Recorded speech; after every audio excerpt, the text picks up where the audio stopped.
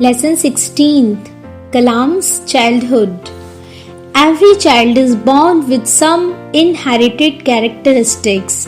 I also inherited honesty and self-discipline from my father, faith in goodness and deep kindness from my mother. But Jalauddin and Samsuddin contributed most to the uniqueness of my childhood and made all the difference in my later life. The natural wisdom of Jalauddin and Samsuddin was so intuitive and responsive to non-verbal messages that I can unhesitatingly say that my later creativity owes a lot to their influence on me in my childhood.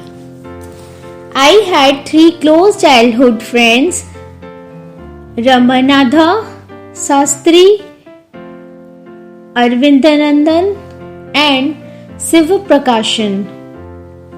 All these boys were from Orthodox Hindu Brahmin families. As children, none of us ever felt any difference amongst ourselves because of our religious differences and upbringing. In fact, Ramanatha Sastri was the son of Pakshi Lakshman Shastri, became the high priest of the Rameshwaram temple after his father Arvindan went into the business of arranging transport for visiting pilgrims, and Sivaprakashan became a catering contractor for the Southern Railways. On the whole, the small society of Rameshwaram was very rigid in terms of the segregation of different social groups. However, my science teacher Sivasubradhamia Liar, though an orthodox Brahmin, was something of a rebel. He did his best to break social barriers so that people from varying backgrounds could mingle easily. He used to spend hours with me and would say, "Kalam, I want you to develop so that you are on par with the highly educated people of the big cities." When the Second World War was over, India's freedom was imminent. Indians will build their own India, declared Gandhiji.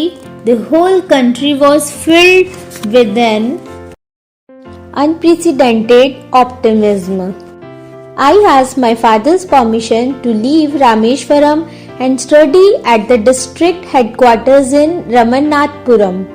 He told me as if thinking aloud, "Abdul, I know you have to go away to grow. You must forego your longing for the land of your memories to move into the dwelling place of your greater desires. Our love will not bind you, nor will your needs hold you." He quoted Khalil Gibran to my hesitant mother. "Your children are not your children. They are the sons and daughters of life's longing for itself. They come through you but not from you. You may give them your love but not your thoughts, for they have their own thoughts." He took me and my 3 brothers to the mosque and recited the prayer Holy Quran. As he put me on the train at Rameshwaram station, he said, "This island may be housing your body but not your soul. Your soul dwells in the house of tomorrow, which none of us at Rameshwaram can visit, not even in our dreams. May God bless you, my child."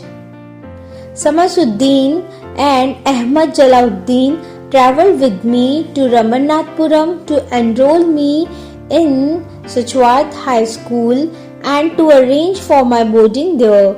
Somehow I did not take to the new setting.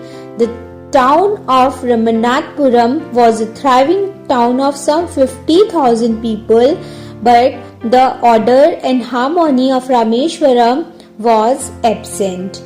I missed my home and grabbed every opportunity to visit Rameshwaram. The pull of educational opportunities at Ramannathpuram was not strong enough to make me forget the attraction of poli, a South Indian sweet my mother used to make. In fact, she used to prepare 12 distinctly different varieties of it, bringing out the flavor of every single ingredient used in the best possible combinations.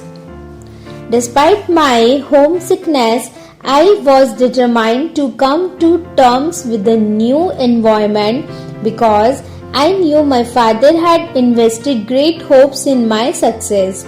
My father visualized me as a collector in the making, and I thought it's my duty to release my father's dream, although I desperately missed the familiarity, security, and comforts of Rameshwaram.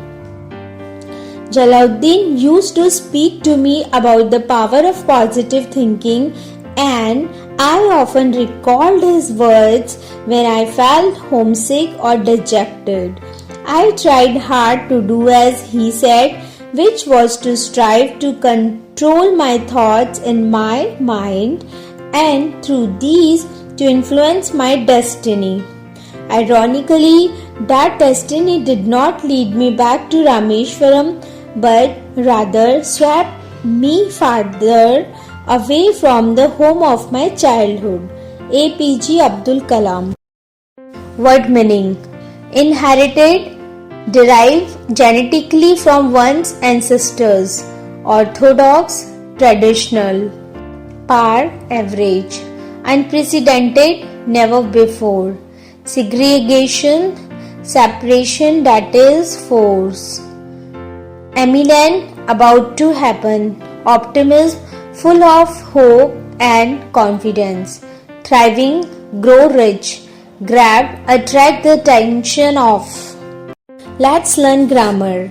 Verbs, non-finite forms. A non-finite is a verb that does not change its form with the number and person of the subject.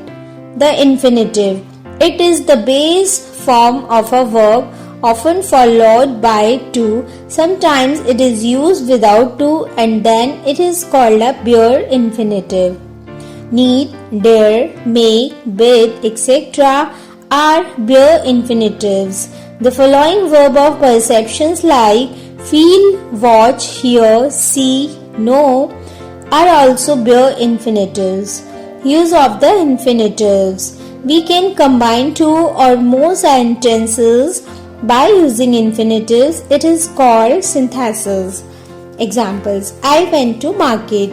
I wanted to buy a new shirt. I went to market to buy a new shirt.